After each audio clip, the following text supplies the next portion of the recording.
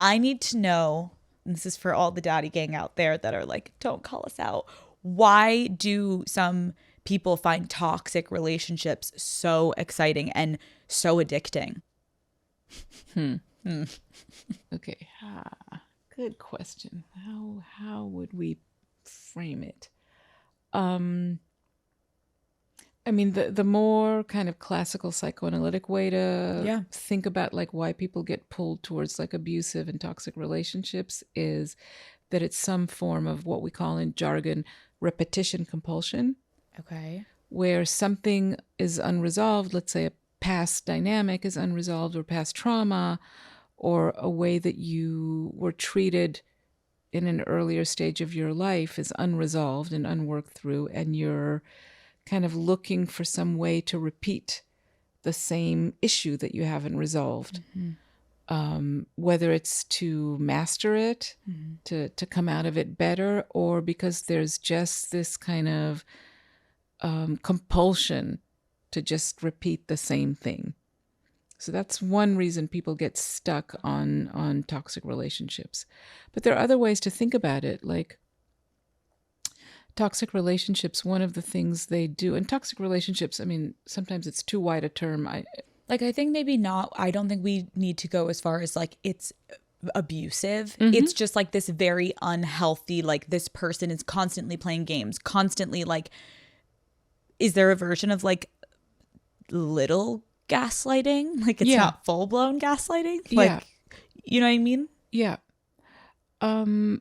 It's, I often try to like when I talk to people about like they're clinging on to relationships that are not good for them, sometimes it's when a person feels on some level damaged or bad about themselves or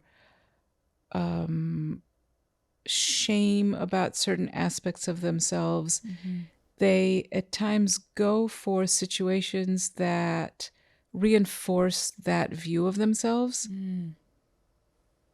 Interesting. Because as you were saying that, I was having a moment where I was thinking about when I was in college, I had been like super insecure when I was younger.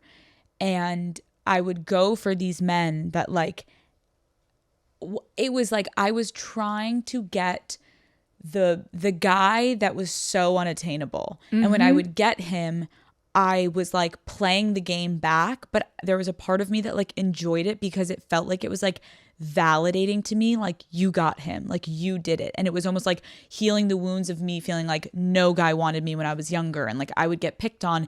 And so when I would get these guys that was like the captain of the hockey team, it was like I almost was going for like in my brain accolades of like I want to get there to prove it was more to prove to myself I never felt fulfilled. I never felt happy, but it was like I was replaying, oh, if I was younger, these are the things I wish I could have done. And then I got there and I'm like, oh, this isn't fun. Right. Like I don't feel happy. I don't feel seen, but it was like an ego thing almost. Right. And that is in a certain way you're trying to repair something. Yeah.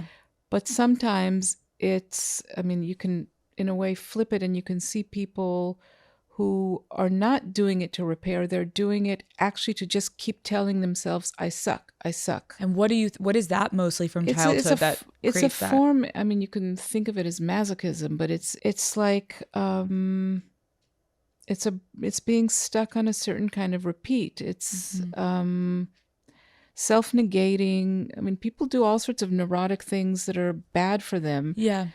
That's why we have psychoanalysis. I mean, Yeah. there are many ways that people do things that are bad for them. Have you found through psychoanalysis like any repeating pattern from childhood that would make someone constantly try to remind themselves of how they're not worthy, not good enough? Yes. Can you share just a couple examples? Well, the classic example, I mean, it's kind of an extreme example, but think of the classic pattern of people who've been, let's say, sexually abused as children.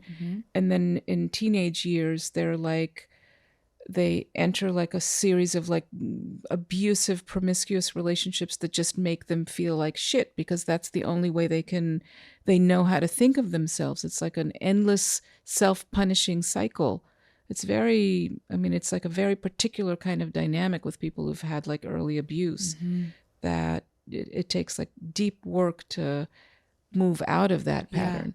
But No, you know what I mean? that's so helpful. Yeah, I think, because I think, again, why I appreciate these type of conversations in the show is like, I think a lot of people who maybe have not even begun to like experience therapy or thought about it, or it just wasn't a part of their upbringing, like that statement alone would be crazy to people. Like, hold on. So someone that was abused is now going to go and like, and put themselves in harm's way. right. And it'd be like, wait, what? Like, I'd think they'd just never have sex for the rest of their life and they'd be shut down.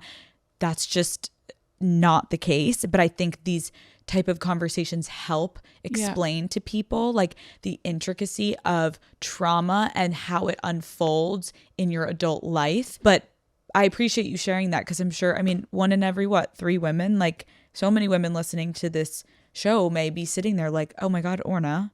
Yeah. I think I'm doing that. And how do you even begin to like, just therapy and talking through it?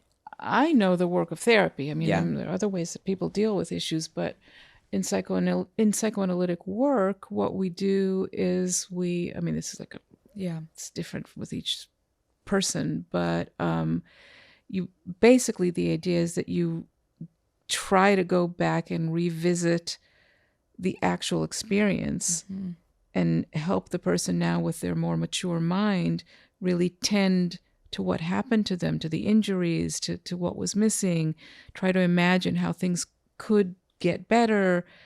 Like you really try to tend to all the areas that were disavowed and neglected over the years and heal.